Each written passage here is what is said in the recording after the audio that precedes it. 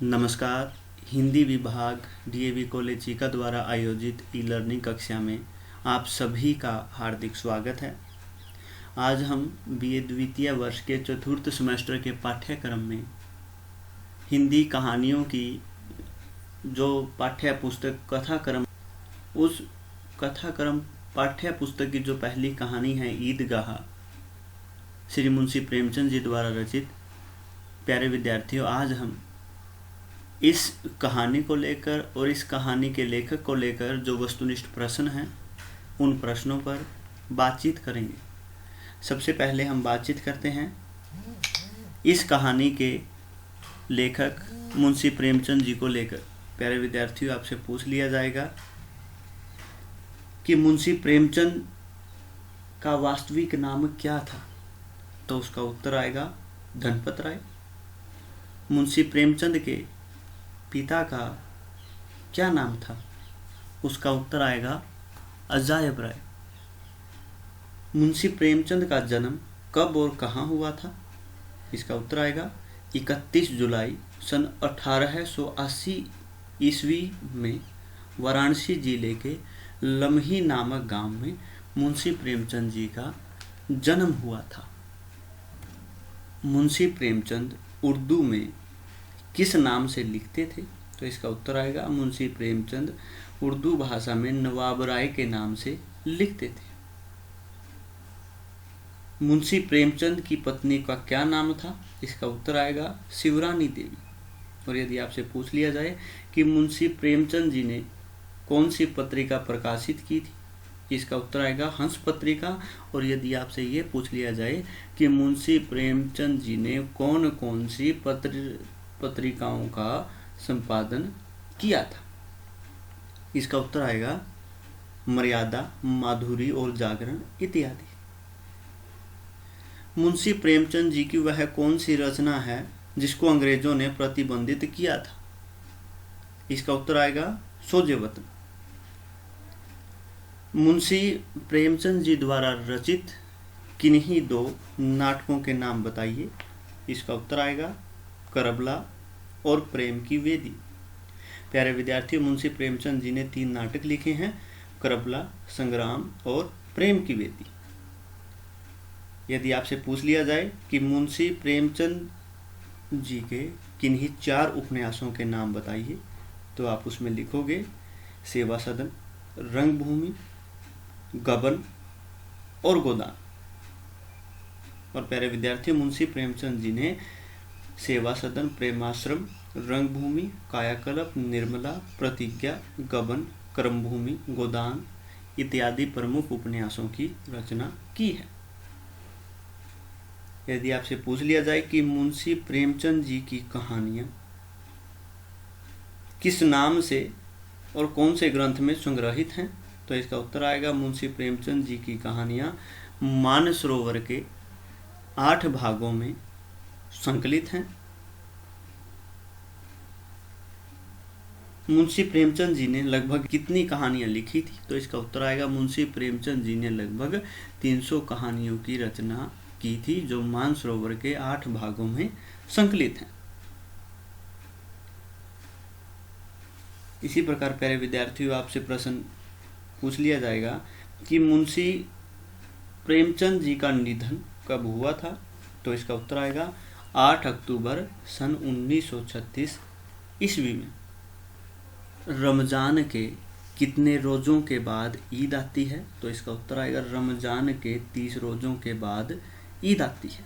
और प्यारे विद्यार्थियों, आपसे प्रश्न पूछ लिया जाएगा कि ईदगाह किसे कहते हैं, तो इसका उत्तर आएगा जिस स्थान पर ईद की नमाज पढ़ी जाती है उसे ईदगाह कहते हैं। इस कहानी के आधार पर आपसे ये भी प्रश्न पूछ लिया जाएगा कि ईदगाह कहानी का प्रमुख पात्र कौन है, तो इसका उत्तर आएगा कि ईदगाह कहानी का प्रमुख पात्र हामिद है। इस कहानी के आधार पर आपसे पूछ लिया जाएगा कि कहानी में अपनी कोठरी में बैठकर कौन रो रही थी, तो उसका उत्तर आएगा हामिद की दादी अमीना अपनी कोठरी में बैठ रो रही थी। ईदगाह जाते हुए हामिद के पैरों में क्या लग गए थे? तो इसका उत्तर आएगा कि हामिद इतना तेज चल रहा था, इतना तेज दौड़ रहा था, ऐसा प्रतीत हो रहा था मानो हामिद के पैरों में जैसे पर लग गए। महमूद के पास कितने पैसे थे? इसका उत्तर आएगा महमूद के पास 12 पैसे थे। मोहसिन के पास कितने पैसे थे? मोहसिन के पास 15 पैसे थे। हमीद को अमीना ने कितने पैसे दिए थे? तो इसका उत्तर आएगा हमीद को अमीना ने 3 पैसे दिए थे। इस कहानी में कहा गया है कि चौधरी आज आंखें बदल लें तो यह सारी ईद मुहर्रम हो जाए। लेखक इस वाक्य के माध्यम से क्या कहना चाहता है? तो इसके माध्यम से लेखक कहना चाहता है कि इस कहानी में गांव के जो लोग थे वो गरीब थे, उनके पास ईद का त्यौहार मनाने के लिए पैसे नहीं थे, इसलिए वे चौधरी कायम अली के पास पैसे लेने के लिए जा रहे थे। यदि उन्हें ईदगाह पर जाने के लिए रुपए उधार नहीं मिले तो उनके लिए जो ईद का त्यौहार खुशी की बजाय गम में बदल जाएगा, इसलिए ये बात कही गई है। इसी प्रकार से आपसे पूछ लिया जाएगा कि जो बूढ़ी दादी है उसने हामिद को उसके अब्बा जान के बारे में क्या बताया हुआ था? बूढ़ी दादी ने हामिद को बताया हुआ था कि उसके अब्बा जान धन कमाने के लिए गए हुए हैं। और इसी प्रकार से आपसे पूछ लिया जाएगा कि बूढ़ी दादी ने जो अमीना थी उसने हामिद को उसकी अम्मी जान के विषय में क्या बताया हुआ है? तो उसका उत्तर आएगा कि अमीना ने हामिद को बताया था कि उसकी अम्मी जान उसके लिए अच्छी अच्छी चीज़ें लाएंगी, नियामतें लेकर आएंगी। इसी प्रकार से इस कहानी में लेखक ने बच्चों की कल्पना को कैसा बताया है? तो उसका उत्तर आएगा इस कहानी में लेखक ने बच्चों की कल्पना को राई का पहाड़ बनाने वाली वस्तु बताया है। इसी प्रकार से आपसे प्रश्न पूछ लिया जाएगा कि जो बूढ़ी दादी थी अमीना, वो हामिद को मेले में अकेले क्यों नहीं भेजना चाहती? इसका उत्तर आएगा कि अमीना डरती थी कि कहीं हामिद मेले की भीड़ भाड़ में खो न जाए, क्योंकि वह बच्चा है, अभी परिपक्वावस्था में वो नहीं पहुंचा, इसलिए वो हामिद को अकेले नहीं भेजना चाहती थी। नमाज ख़त्म होने पर लोग क्या करते हैं? इसका उत्तर आएगा नमाज ख़त्म होने पर लोग एक दूसरे के गले मिलते हैं। इसी प्रकार आपसे प्रश्न पूछ लिया जाएगा कि हामिद हिंडोले पर क्यों नहीं चढ़ता? तो इसका उत्तर आएगा हामिद व्यर्थ में अपने पैसे बर्बाद नहीं करना चाहता, क्योंकि उसके पास केवल 3 पैसे थे। इसी प्रकार से आपसे प्रश्न पूछ लिया जाएगा कि नूरे ने कौन सा खिलौना खरीदा था? इसका उत्तर आएगा नूरे ने वकील खरीदा था। भिश्ती किसका खिलौना था? उसका उत्तर आएगा मोहसिन का। महमूद ने कौन सा खिलौना खरीदा? इसका उत्तर आएगा महमूद ने सिपाही खरीदा था। धोबिन खिलौना किसका था? इसका उत्तर आएगा धोबिन सम्मी का खिलौना था। इस कहानी में हमने पढ़ा था कि हामिद किसके नीचे आते आते बचा? इसका उत्तर आएगा हामिद मोटर के नीचे आते आते बचा था। ईदगाह पर किन वृक्षों की छाया थी? ईदगाह पर इमली के घने वृक्षों की छाया थी।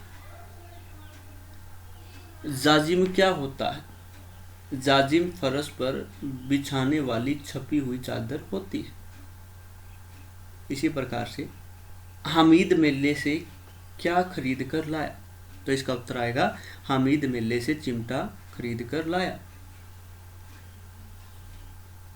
आग में बहादुर ही कूदते हैं जनाब, यह कथन किसका है? तो इसका उत्तर आएगा यह कथन हामिद का है। इसी प्रकार से आपसे प्रश्न पूछ लिया जाएगा हामिद चिमटा किसके लिए और क्यों खरीदता है? इसका उत्तर आएगा हामिद ने चिमटा अपनी दादी के लिए खरीदा था ताकि तवे पर उसकी उंगलियां न जलें। इसी प्रकार आपसे प्रश्न पूछा जा सकता है कि प्रेमचंद की कौन सी कहानी आपके पाठ्यक्रम में है। इसका उत्तर आएगा प्रेमचंद की ईदगाह कहानी पाठ्यक्रम में है।